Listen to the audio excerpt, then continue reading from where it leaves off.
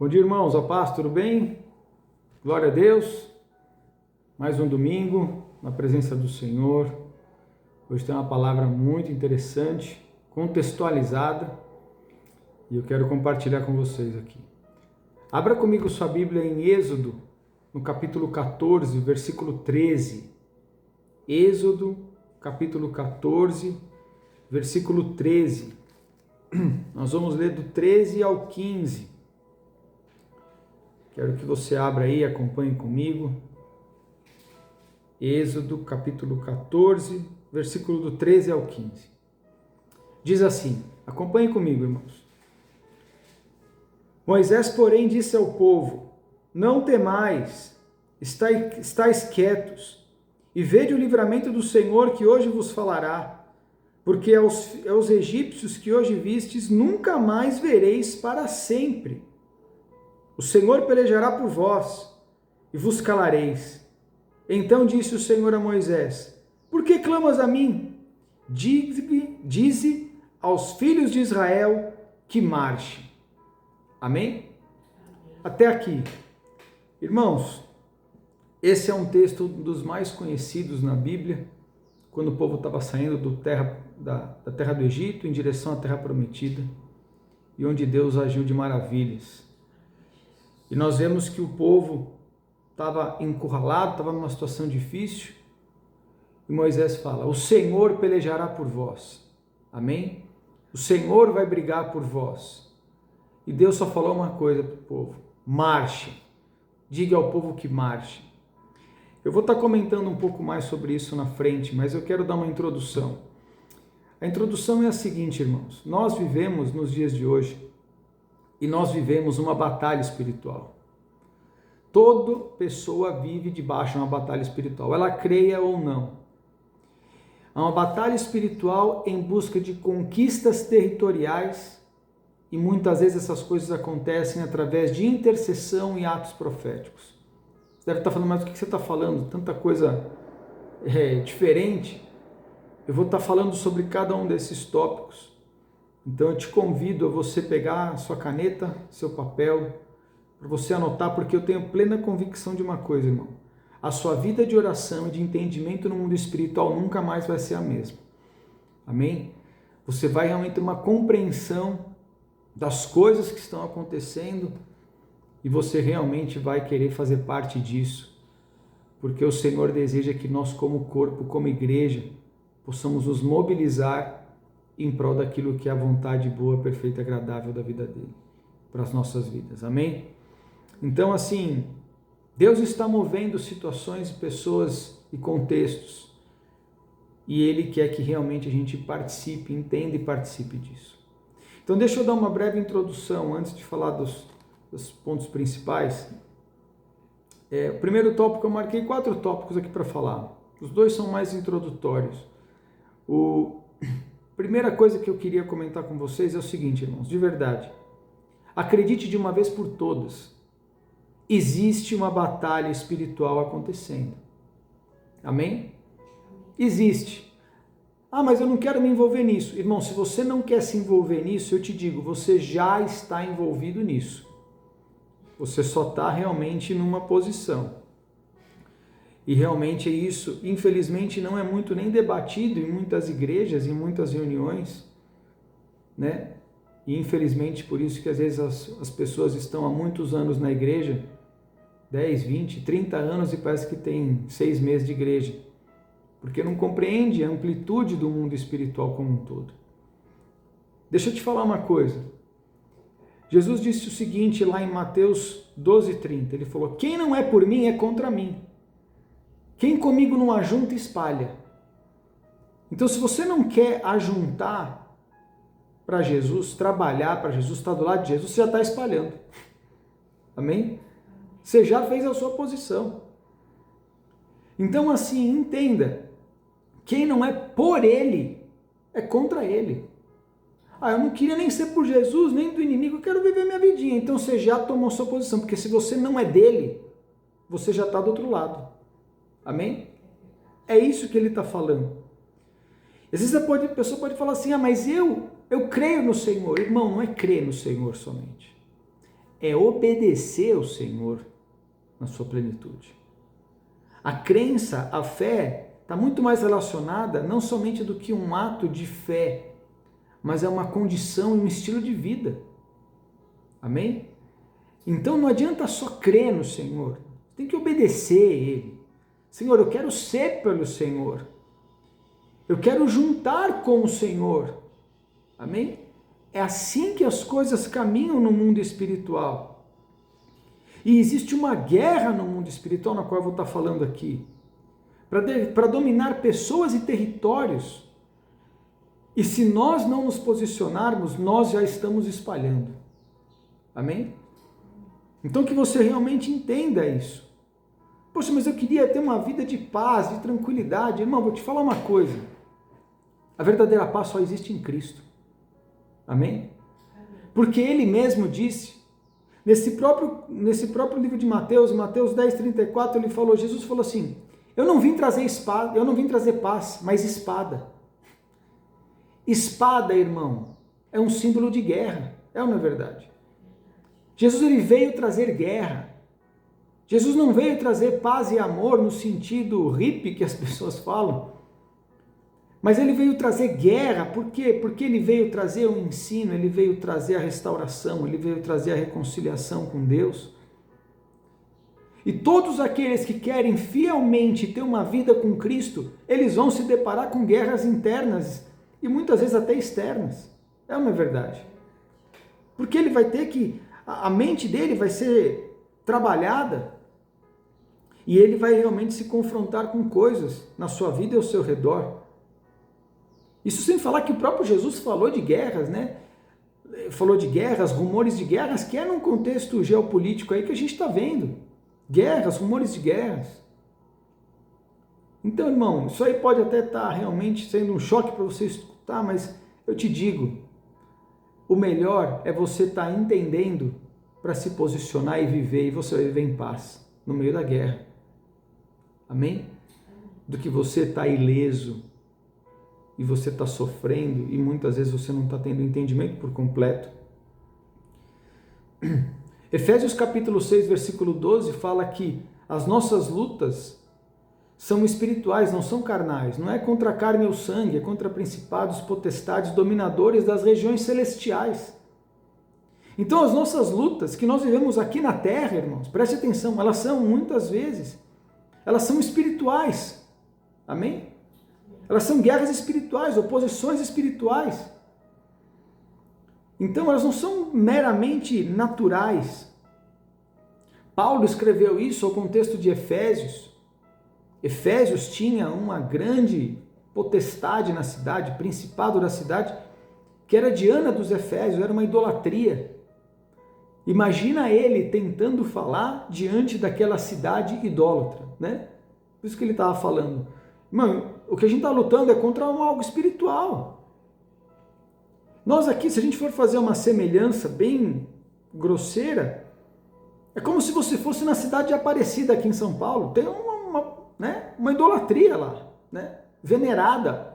O mercado, o ambiente comercial da cidade gira em torno disso. Imagina você ir lá e pregar contra isso. É isso que Paulo viveu. Ele falou, nossa briga não é entre nós não, irmão, é espiritual. São coisas que estão realmente dominando o contexto espiritual. E tem pessoas às vezes que querem ficar brincando de crente, irmão. Não brinque de crente. Se mergulhou, mergulha fundo, irmão. Amém? Não fica nessa brincadeirinha, não. Então hoje eu quero te mostrar que existe uma batalha espiritual.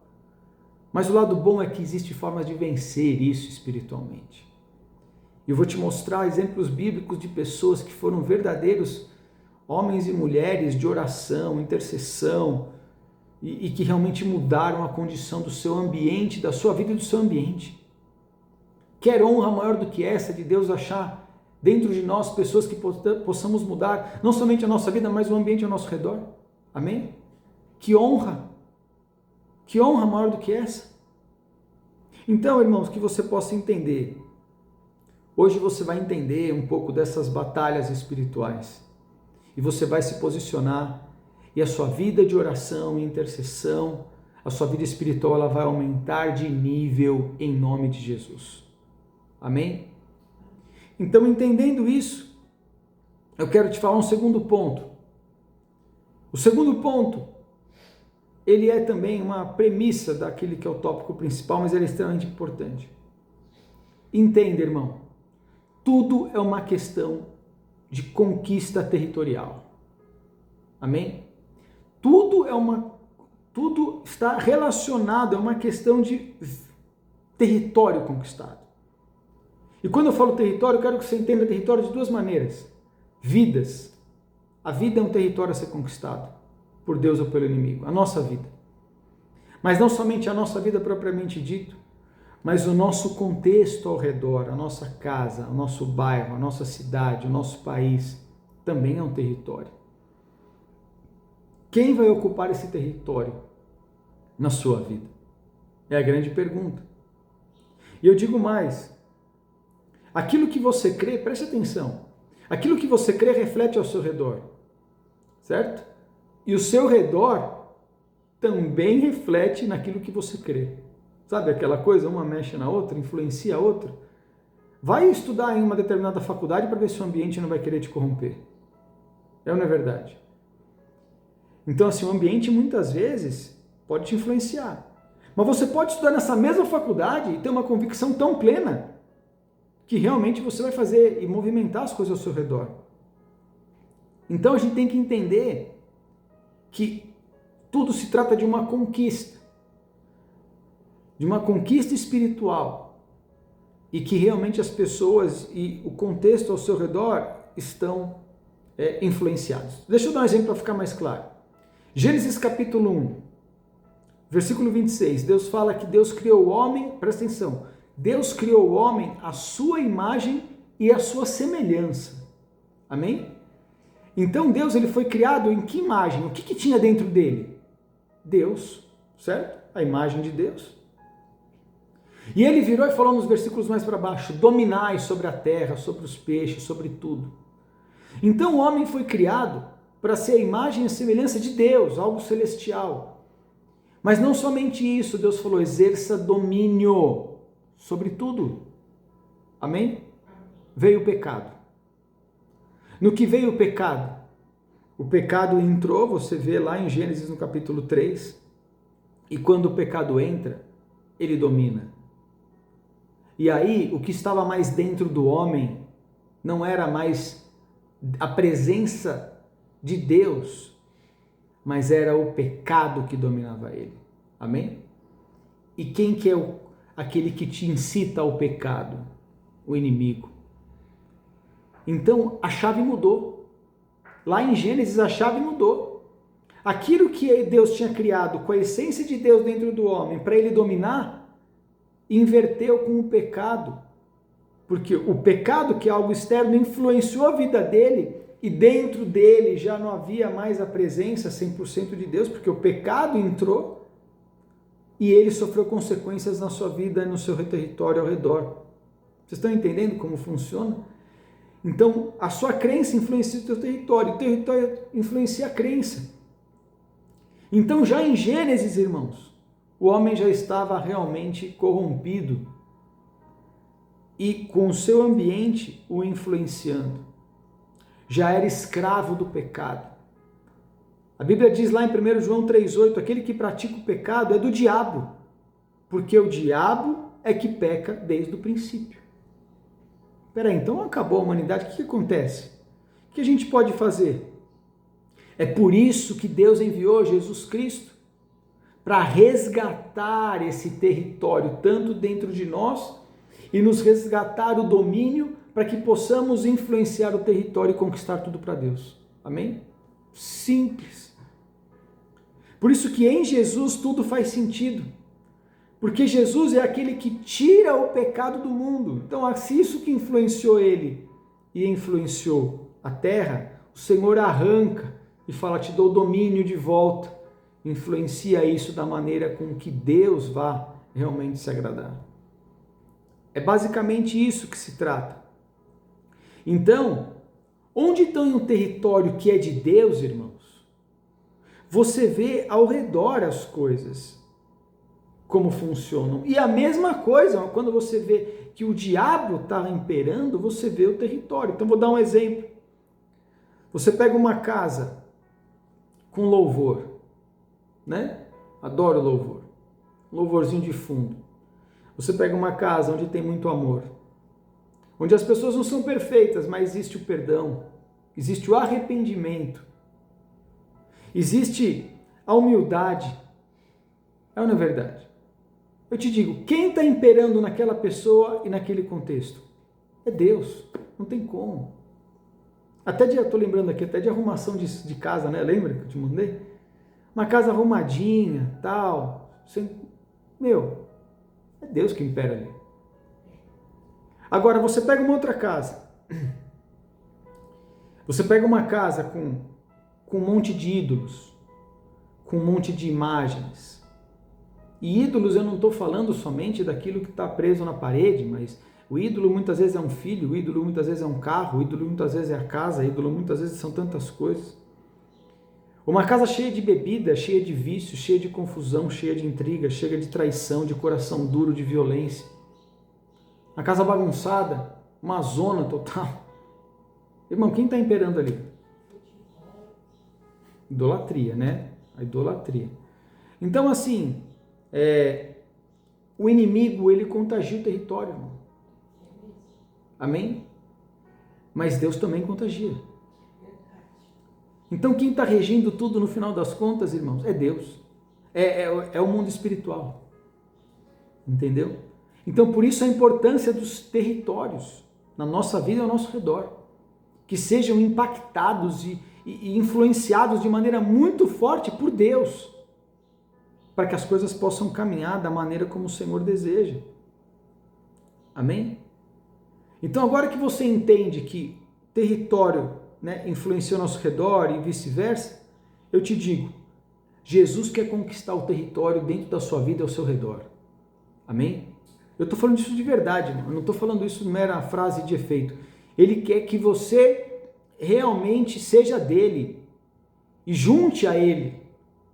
E o seu ambiente ao redor, sua casa, seu trabalho, sua escola, sua vizinhança, seja uma extensão desse território para invadir e conquistar o reino de Deus. Amém? Eu vou te falar uma coisa, irmão, grava esse versículo, Mateus 11:12.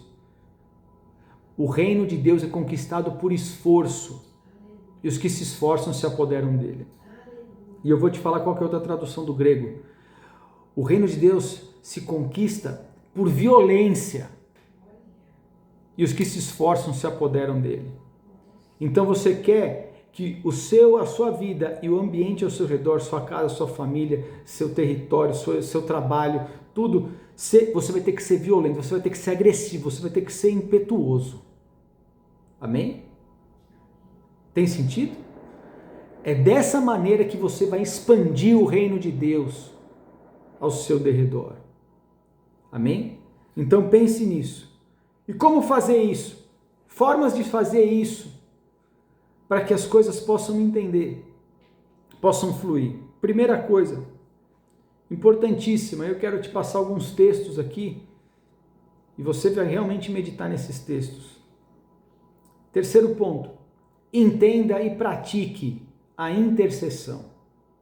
Amém? Entenda e pratique a intercessão. De maneira muito simples, bem genérica, irmãos. O assunto ele é inesgotável. Orar é você orar a Deus por alguma coisa sua. Senhor, olha, eu quero que meu trabalho funcione, melhore a minha casa aqui, relacionamento com a minha esposa, com os filhos, é para mim. Intercessão é quando você ora pelo outro. Você está no meio, aqui está a pessoa, aqui está Deus, você se coloca no meio, você está na brecha, você está, intercedendo. Isso é realmente intercessão. Por isso que até um jargão, que as pessoas falam no meio da intercessão. Não, eu vou entrar na brecha por você, porque ela vai orar pela pessoa, vai interceder pela pessoa. E quando a gente fala disso, irmãos, eu quero te falar, eu, Rodrigo, particularmente, o Ministério de Intercessão foi um dos que eu mais me envolvi na minha vida inteira. Fui líder de intercessão, fiz curso de intercessão, uma das maiores intercessoras desse país já teve, que foi a doutora Neuza Tioca, presencialmente, e muitas vezes a intercessão ela é negligenciada pela sua profundidade. Então, vocês não têm ideia do que um intercessor pode fazer numa cidade, irmãos. Daniela é prova de mim aqui que já tentei implantar ministério de intercessão aqui, lembra? Com pastores, enfim. Realmente, eu acho assim, irmãos, se tiver um ministério de intercessão forte na cidade, você muda a cidade. Eu te afirmo isso. Ah, mas você está falando? Isso aí é muito preciosismo. Preciosismo? Então, anota aí que eu vou dar vários textos para vocês lerem. Eu só vou ler um contexto final. Ezequiel, o profeta Ezequiel no capítulo 22, o contexto de Israel naquele período era dos piores possíveis. O texto do capítulo 22 de Ezequiel fala as abominações de Jerusalém, para você ter uma ideia. Dentro dessas abominações você viu os príncipes, os líderes, eles faziam tudo errado. Existiam homens caluniadores. A corrupção era total, o povo se esqueceu de Deus. Vai imaginando esse contexto. Aí você fala assim, mas e os profetas e os sacerdotes? Os profetas, eles devoravam as almas das pessoas. É isso que diz o texto. Imagina o profeta devorando a alma das pessoas. Eles buscavam riqueza. E os sacerdotes? Os sacerdotes, pela sua vez, eles não seguiam a palavra. Eles profanavam as coisas de Deus, ou seja, aquilo que era santo, eles não davam a mínimo. Enfim, a consequência disso era que o território onde o povo vivia debaixo de uma grande opressão e sofria gravemente. É ruim esse contexto, certo? Os príncipes, os prefeitos, parlamentares, os profetas, os sacerdotes, tudo uma zona corrompida, tudo perdido. O que acontece? Morreu, não tem mais nada para fazer? Último versículo, penúltimo versículo desse capítulo, versículo 30. O profeta fala assim: eu busquei entre eles um homem que tapasse o muro e colocasse-se na brecha perante mim, a favor dessa terra, para que eu não a destruísse, mas não achei ninguém. O profeta está falando assim: eu procurei nessa cidade um intercessor, um homem que orasse por ela, que estivesse na brecha por ela. Senhor, tem misericórdia dessa terra, olha, Senhor, não sei o que lá, e não achei, para que eu não a destruísse, porque se eu achasse, eu não ia destruir. Um homem. Interessante, né? Um homem, irmão, pode mudar o contexto de uma cidade.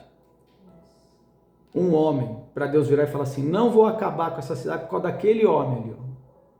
Ele está orando ali, ó. Quantas testemunhos a gente não escuta, irmão? Pessoas que foram fazer trabalho de feitiçaria, de macumbaria, num monte, em algum lugar, e clamando e não fluía. Aí a pessoa vira e fala: quem que mora ali naquele negocinho? Ali mora uma mulher da igreja lá, uma intercessora. Porque assim, nós estamos invocando aqui as entidades e não estão subindo porque falou que o céu está parado ali porque tem uma mulher orando a Deus ali. Uma pessoa. Irmãos, Deus queria um homem que estivesse clamando para mudar aquela situação. Irmãos, grava isso, que isso possa ficar muito claro na sua vida. Um intercessor, ele pode mudar a história ao seu redor de maneira muito forte. Aí eu te digo, quanto mais você orando pela tua casa, amém? Quanto mais você orando pela tua casa, olha o estrago no bom sentido, né? Que você pode fazer e pode mudar, irmão. Agora você imagina um exército orando, amém? Imagina não 1, imagina 10, imagina 20, imagina 100, imagina 1000. Imagina uma cidade orando, irmão. Rapaz, é uma coisa fenomenal, irmão. Fenomenal. Então, assim, Deus pode mudar a vida das pessoas, irmãos. Deus levanta pessoas, grava essa frase, Deus levanta pessoas através da oração para mudar a vida de pessoas e de nações. Deus levanta pessoas para mudar situações de pessoas e nações através da oração. Amém? Da intercessão, melhor dizendo. Então, por isso que eu vejo que a intercessão muitas vezes ela é subestimada nas igrejas. Gostam de dar mais ibope para o culto, né, para o louvor, chama atenção. Mas um homem de oração, uma mulher de oração, irmão, rapaz, ele faz estrago. Tudo começa espiritualmente e o intercessor, ele age justamente aí, intercedendo espiritualmente pelos outros. Eu vou te afirmar uma coisa, ela é meio forte, mas pessoas foram salvas da morte por causa de intercessão de outros. Nossa, até da morte? Até da morte. Irmãos, eu não vou ter tempo para ler tudo, eu vou comentar, se quiser depois você leia, tá? Gênesis capítulo 20, versículo 7, o homem, o profeta lá, era Abraão. E um rei Abimeleque estava querendo seduzir a mulher dele. Deus virou e falou assim, para de mexer com a mulher do outro. E aliás, pede para ele orar por você, porque se ele não orar por você, você vai morrer. Então assim, dá uma olhada lá, depois você pode ver. Números 11, versículo 2, o povo reclamando de Deus, depois de tudo que Deus fez, mandou as pragas, tirou do Egito, abriu o Mar Vermelho, o povo reclamando. Vários contextos tem, em Números, Deuteronômio disso. Aí Deus ficava indignado, falou, mas como, eu fiz tudo por esse povo, olha o que eles fizeram, mas não sei o que lá, e ficou bravo, começa a descer fogo do céu. O povo começa a sofrer, o povo vai diante de Moisés e fala, Moisés, ora lá para parar o fogo, porque intercede por nós lá. Olha lá depois, irmão, Números 21, 7. Deuteronômio 9, 20. Até pelo sumo sacerdote Arão, até pelo pastor supremo da época, o profeta Moisés teve que orar para que ele não morresse. Olha que interessante. Então, assim, a gente tem que realmente compreender esses textos, irmãos, porque isso é uma verdade, isso é Bíblia. E a gente tem que começar a compreender que o mundo espiritual, como ele funciona e o poder da intercessão na vida das pessoas, né? Então, em 1 Samuel 12, 19, o povo indo clamar para o sacerdote Samuel orar também, para que não morresse, porque eles estavam pedindo um rei humano, sendo que era uma teocracia, era Deus que comandava o povo. Então assim, a gente vê diversas circunstâncias, até o rei Ezequias, em 2 Crônicas 30, até o rei intercedendo pelo povo, irmãos. Olha isso, para que o povo não sofresse. Então você vê que ao longo da Bíblia, ao longo da história, Deus sempre foi levando pessoas para orar por outros, em favor dessas outras pessoas. Eu falei de reis, eu falei de sacerdotes e eu falei de profetas, certo? Agora eu vou te falar um que é as três coisas ao mesmo tempo. Quem você acha que é? Eu vou te falar... Jesus, vou te falar de Jesus. Jesus intercedendo. Ele é rei, sacerdote e profeta. Lucas 22, 31 e 32, isso eu quero ler. Diz assim, Simão, que era Pedro, né? Pedro, eis que Satanás vos reclamou para te peneirar como trigo. Olha isso. Eu, porém, ó Jesus falando, eu, porém, estou rogando a ti, rogando, clamando, intercedendo por ti, para que a tua fé não desfaleça.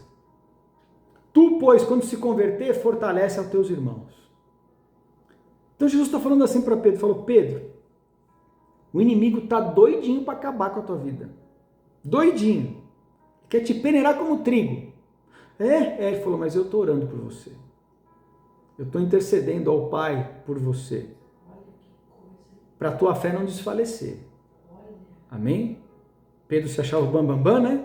Então estou orando para a tua fé não desfalecer. Amém. Mas quando você ficar forte, você vai e realmente fortalece os teus irmãos. Porque ele ia ser o líder da igreja. Jesus é maravilhoso, né, irmãos? Fala sério. Então, assim, se até Jesus fez isso, irmãos, ele nos ensina. Tem muitas pessoas que o diabo quer peneirar como trigo, certo? A gente tem que interceder por elas, para a fé delas não desfalecer. E aproveita e já fala, quando você ficar forte, converte os teus irmãos. Então que a gente possa compreender, irmão. Você conseguiu entender o poder da intercessão agora? Eu quero ler uma das palavras proféticas para esse ano, que foi assim, ó.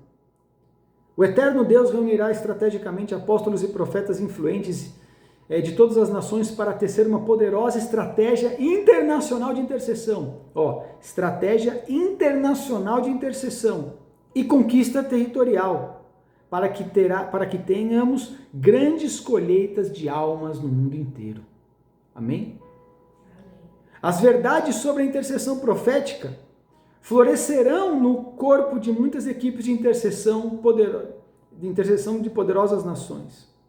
Uma nova corrente de fluir profético envolverá profundamente os verdadeiros intercessores do Espírito, levando eles a novos níveis de eficácia em suas orações e conquistas territoriais.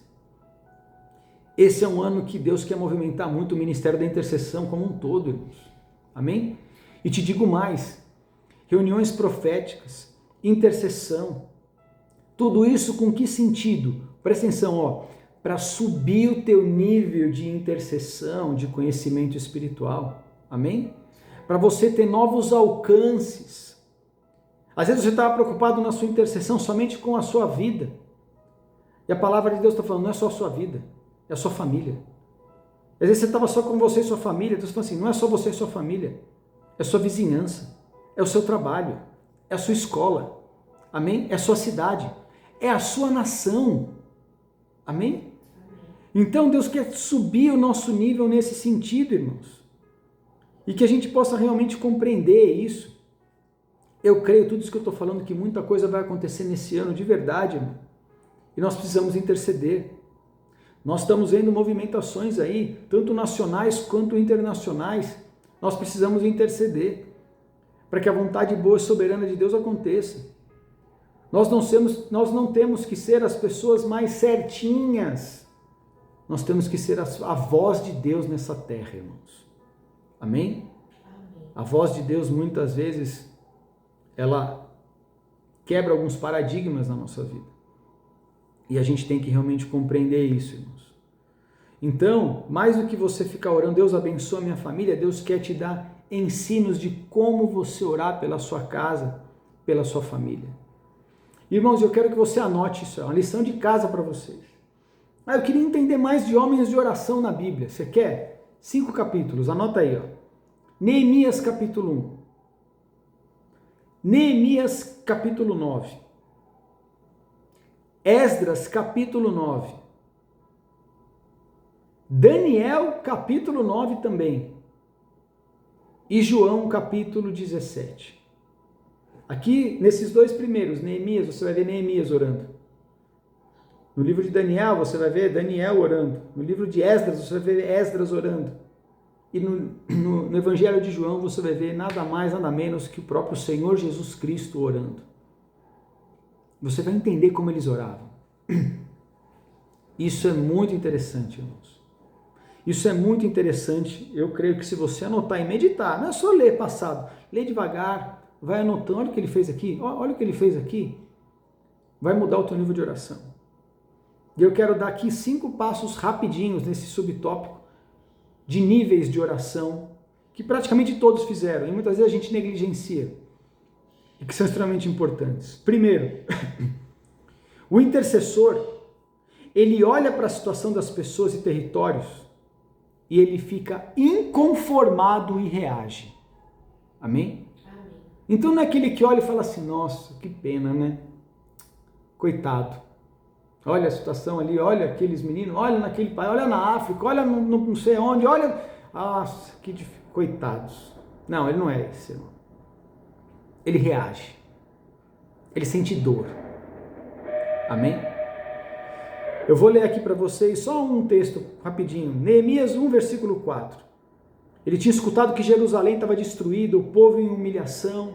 Olha que ele escutou tudo aquilo. Quando ouvi essas coisas, me sentei e chorei.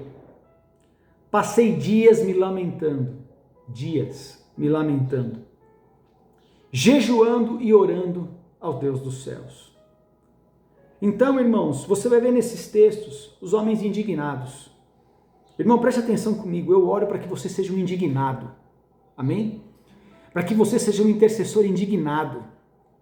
Que você olhe para as situações ao seu redor e você não somente tenha pena, você fala, não, eu não posso ficar assim, é amar o teu próximo como a ti mesmo, eu quero ficar indignado, eu quero chorar, eu quero me lamentar, eu quero ficar mal, eu quero passar mal, eu quero realmente, olha, esse texto ele fala que pessoas choraram, pessoas se lamentaram, pessoas oraram, pessoas jejuaram, clamor e jejum, pessoas muitas vezes, o costume da época, né? Costume judaico, muitas vezes eles mostram para o mundo que eles estão indignados. Então eles raspam a cabeça, eles rasgam suas roupas, eles ficam indignados. Amém? Eles mostravam isso. E eles ficavam assim muitas vezes. Pano de saco em humilhação. Um deles falou, fiquei atônito. Irmãos, você quer ser um intercessor de verdade? Você quer mudar o teu nível de oração? Você quer mudar o teu nível espiritual de vida de oração? Ora assim, fala, Senhor, eu quero ser um indignado. Eu quero ser um inconformado. Eu quero ser uma pessoa que ora, que chora, que se lamenta, que fica mal pelos outros, Senhor. Eu quero mudar a situação da minha vida, o meu redor, a minha nação, por causa da minha oração. Em nome de Jesus. Amém? Segundo ponto. Eles adoravam a Deus. Muitas pessoas, elas entram no seu pedido de oração, falam, Senhor, tudo bem? Bom dia.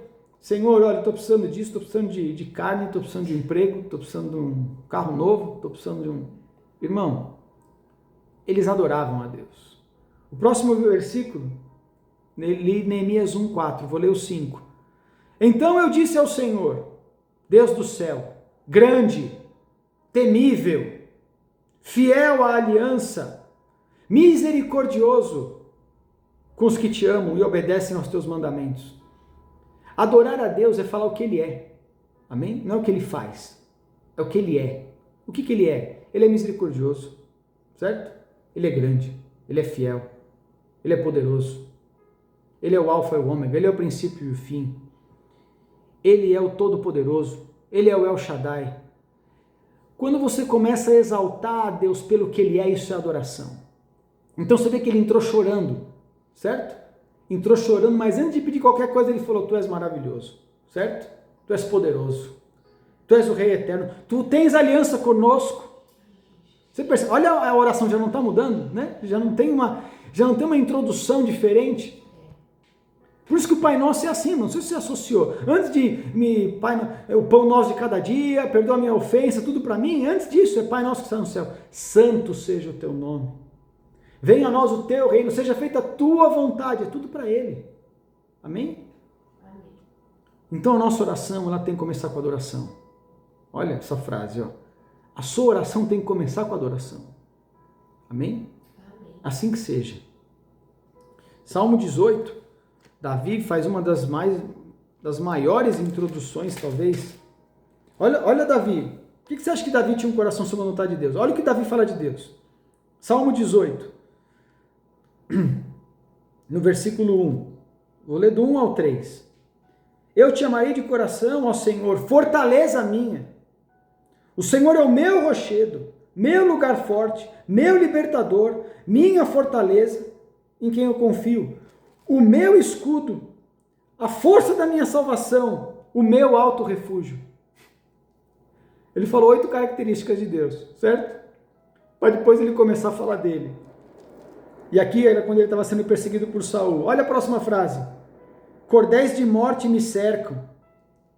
Cordéis do inferno me cingiram. Mas ele começou como? Adorando.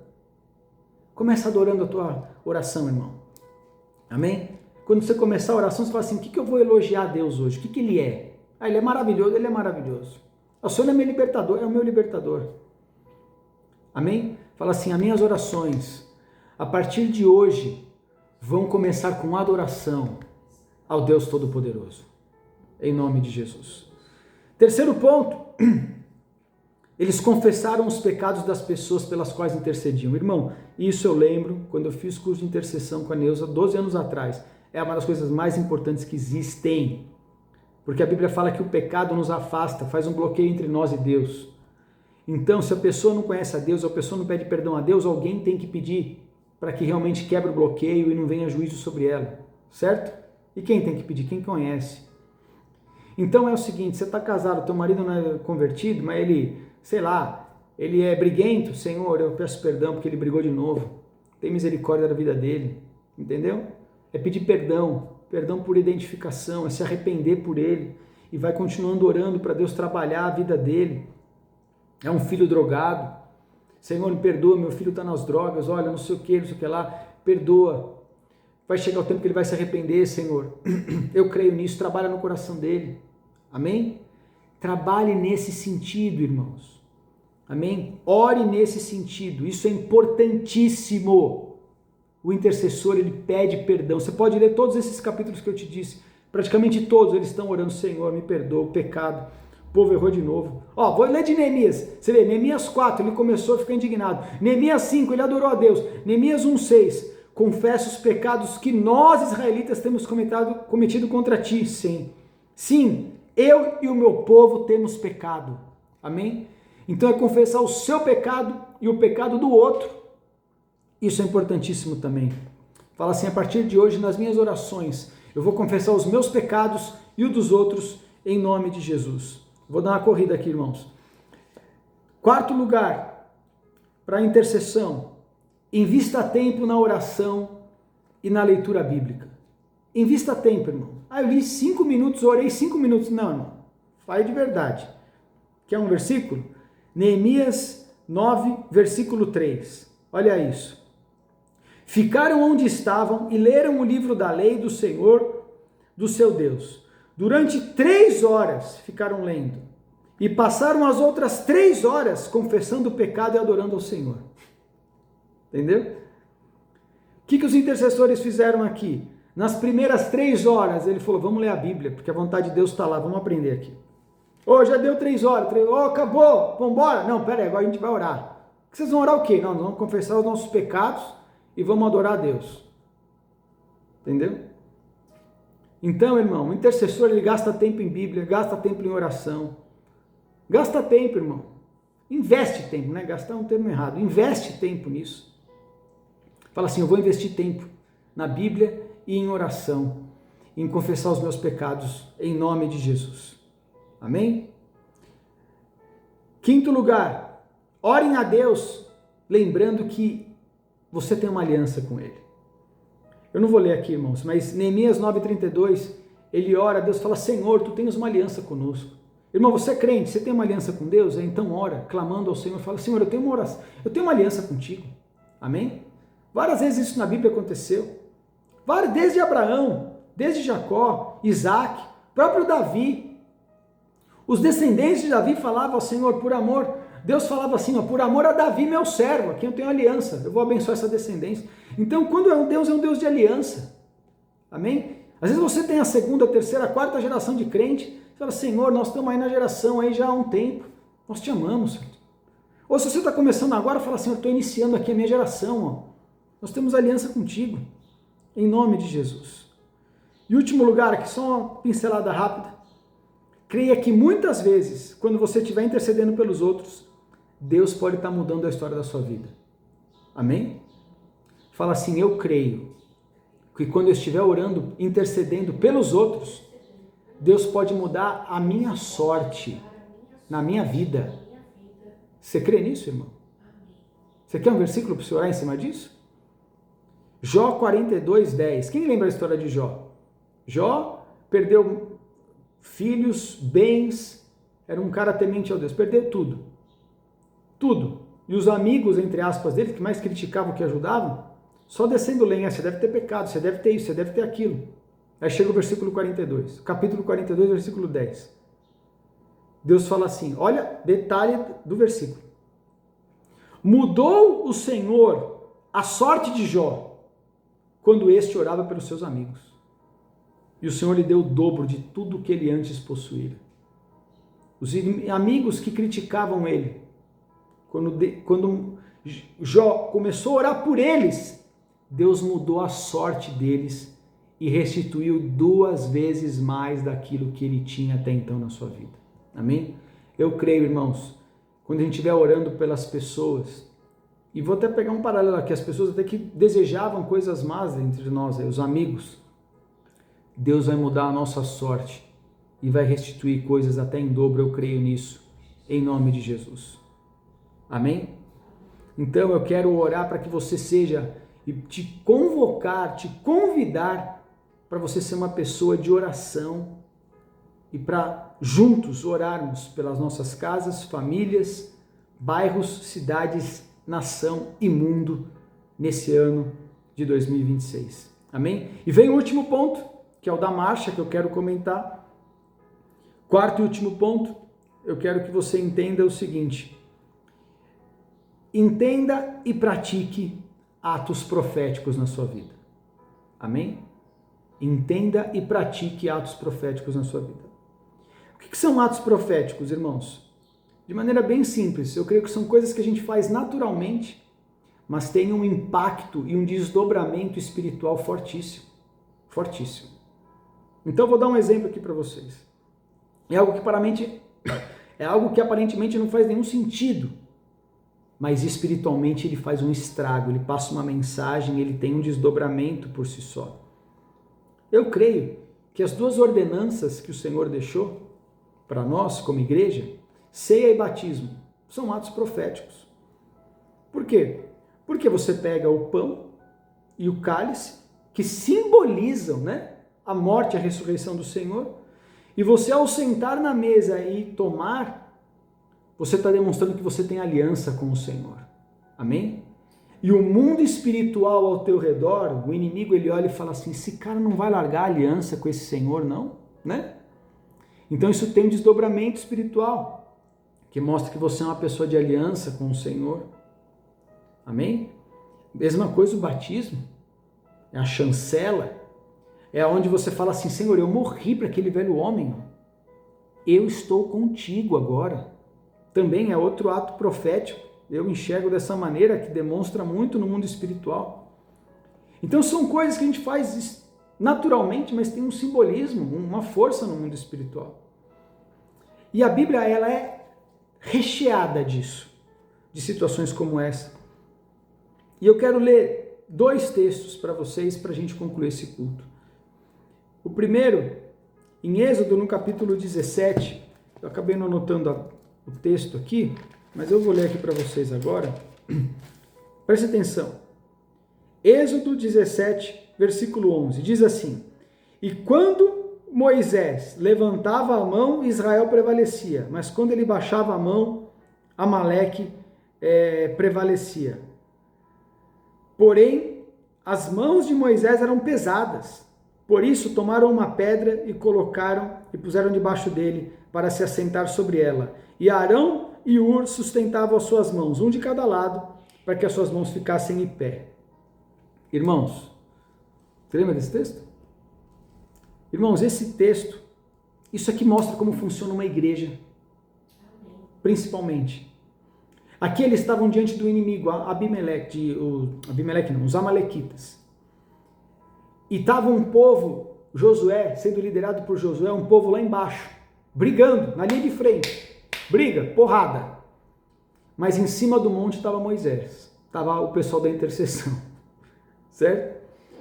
E o pessoal da intercessão orando. Só que a batalha espiritual era tão grande que Moisés não conseguia ficar de pé e com as mãos levantadas.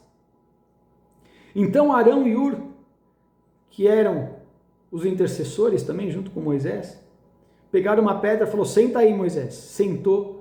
E cada um ficou de um lado, um segurando a mão de um e um segurando a mão, Por quê? Porque quando Moisés ficava com a mão assim, profeticamente, Deus estava agindo.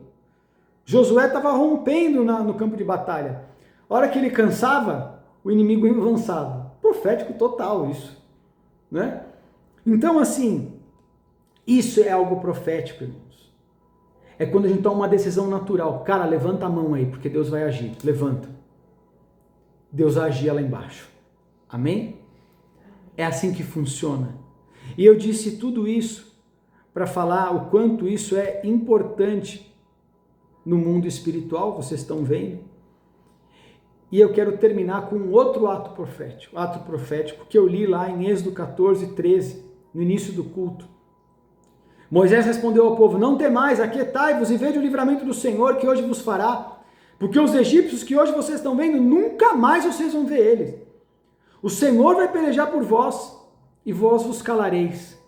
E disse o Senhor a Moisés: por que vocês estão clamando a mim? Diga ao povo que marche. Irmão, quando ele disse, diga ao povo que marche, eu quero contextualizar aqui. O povo tinha ocorrido as 10 pragas, e o faraó falou assim: vão embora da terra do Egito, não aguento mais vocês aqui, praga, vão embora. E eles estavam indo rumo à terra prometida, chegaram diante do Mar Vermelho. O faraó se arrependeu e falou: vamos matar esses caras. Correu atrás deles, de um lado tinha mar, do outro tinha os egípcios. Falou: vamos morrer, agora já era, a casa caiu. E o povo começou a clamar diante de Deus, falando: por que não devia ter ficado no Egito, não sei o que lá e tal. E aí Moisés responde ao povo justamente isso, fala assim: hoje Deus vai dar um livramento na vida de vocês, que vocês nunca mais vão ver esse inimigo aí, ó. Amém?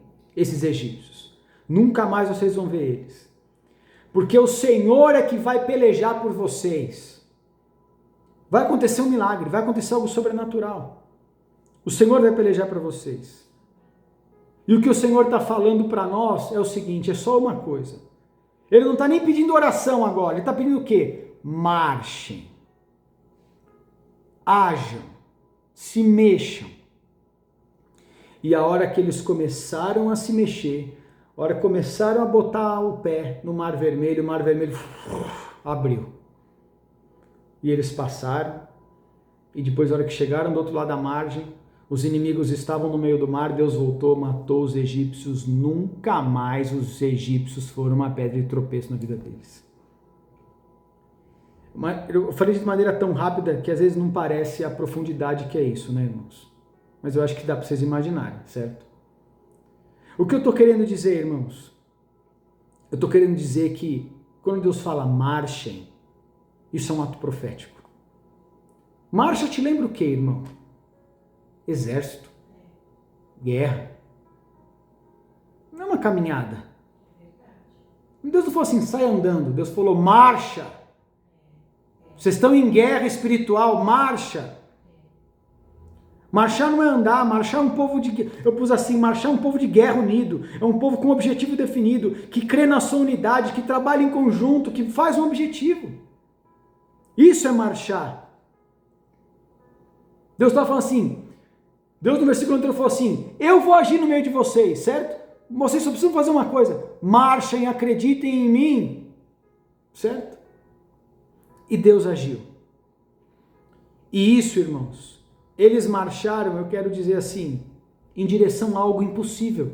Como você vai marchar em direção a um mar, irmão? Amém? É o impossível. Mas Deus só falou o seguinte, marcha, que o resto, né, vai ser comigo. E o impossível aconteceu. Deus pelejou por eles. Nunca mais os egípcios foram um problema na vida deles. E realmente mudou a história da vida deles. E é isso que eu quero estar querendo dizer, irmãos. Você viu o que ele falou? Por que vocês clamam a mim? Tem hora, irmão, que não é só clamar. Tem hora que é agir, que é a ação, que é o ato profético em si. E que realmente, né, eles marchando, Deus mudou a história da vida deles. E eu quero terminar falando isso, porque essa semana no Brasil, a gente está vendo uma marcha. Amém? Nós estamos vendo não uma caminhada de um deputado normal. Nós estamos vendo um jovem deputado que tem profecias sobre a sua vida, não quero falar o nome dele para não travar aqui, mas vocês sabem quem é, que tem profecias inúmeras sobre a vida dele, de profetas, e o próprio povo o enxerga como um presidente daqui a alguns anos. É ou não é verdade? E ele, irmãos, realmente está liderando um movimento que começou com ele mais 2, e hoje já são milhares de pessoas, e agora, enquanto a gente está falando desse culto, nesse dia, está acontecendo um movimento na nossa capital nacional, que aparentemente para muitos pode ser uma caminhada, mas espiritualmente é uma marcha. Irmãos, eu vou te falar uma coisa, a parte que Deus mais falou comigo no culto foi isso, e eu vou te falar a frase que eu senti muito forte a presença de Deus. Deus levantou um jovem deputado para liberar um movimento que espiritualmente está mudando o rumo da nossa nação. Está mudando o rumo da nossa nação, irmãos. Isso é muito forte. Isso é muito forte. Até o nome desse rapaz é profético. Porque se Jesus chama salvação e tem tudo a ver com o chamado de Jesus, o nome dele é também totalmente profético, que o nome dele significa aquele que conduz o povo à vitória. Amém? E está ali ele guiando um povo à vitória. Então, irmãos, em nome de Jesus, eu creio que essa marcha que está acontecendo, em nome de Jesus, está revertendo espiritualmente as coisas a favor da nossa nação, e o Senhor vai começar a agir na nossa nação, e a minha oração é: Senhor, peleja por nós, Senhor, porque nós estamos encurralados, amém? Nós estamos com as mãos atadas muitas vezes, o que cabe a nós é marchar em direção ao impossível, então nós estamos marchando em direção ao impossível, crendo que o Senhor vai agir no nosso meio, e se Ele está lá no campo de batalha, irmão, como um Josué, como um homem guerreiro na linha de frente, amém? O que somos nós? Nós somos os intercessores, nós estamos no monte, nós estamos orando, falando: Senhor, seja com ele, guarda a vida dele, guarda a sua esposa, suas filhas, livre ele do mal, dá força para ele, guia a vida dele, dá as estratégias necessárias. Nós estamos aqui orando e clamando com as mãos levantadas para que as situações sejam mudadas através da liderança dele, e que todo o povo possa se unir para que as coisas possam agir. E eu quero terminar falando isso, que você ore em nome de Jesus, intercedendo, clamando, porque em nome de Jesus, Provérbios 19:16, quando os ímpios se multiplicam suas transgressões, mas os justos verão a espada. Nós vamos ver a espada do Senhor agindo, irmão, em nome de Jesus, porque feliz é a nação cujo Deus é o Senhor, Salmo 33:12.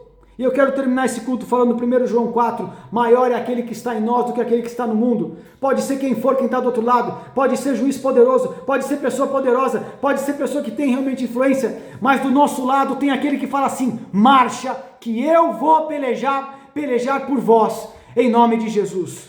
O Senhor tem agido, irmãos, o Senhor tem agido. Eu quero terminar orando, que o Senhor vai nos abençoar, que o Senhor vai mudar a história da nossa nação, que o Senhor vai agir nesse mundo, que o Senhor está levantando homens e mulheres poderosas nessa cidade, influentes na nossa cidade, na nossa nação e no mundo, para que possam reverter e quebrar com toda maldição, com toda opressão no mundo, com toda malignidade. Chegou a hora de Deus descer a espada e destruir, chegou a hora do milagre acontecer, chegou a hora, em nome de Jesus, do mar abrir e todo mundo ver que existe Deus em Israel, que o nosso Senhor Jesus Cristo, Ele é todo poderoso e que não há nada e ninguém mais poderoso que Ele. O copo está transbordando, a espada do Senhor vai agir, e a glória do Senhor vai se manifestar na nossa vida, na nossa casa, na nossa família, na nossa nação e no mundo, em nome de Jesus Cristo. Amém. Amém, irmãos? Deixa os inimigos rindo, deixa os inimigos rindo. Você vai se levantar como um intercessor poderoso junto comigo e junto com a igreja no mundo. E esse ano Deus vai descer a espada e vai mostrar quem é mesmo o Todo-Poderoso de Israel. Amém? Que nós tenhamos uma semana maravilhosa e abençoada. Que o Senhor esteja sobre a sua vida, a sua casa, a sua família. Que você escute isso, medite sobre isso e se levante como um intercessor poderoso, porque o Senhor está te falando: marche, ore, porque chegou o nosso tempo. Em nome de Jesus Cristo. Amém. Amém, irmãos? Deus te abençoe. Fiquem na paz.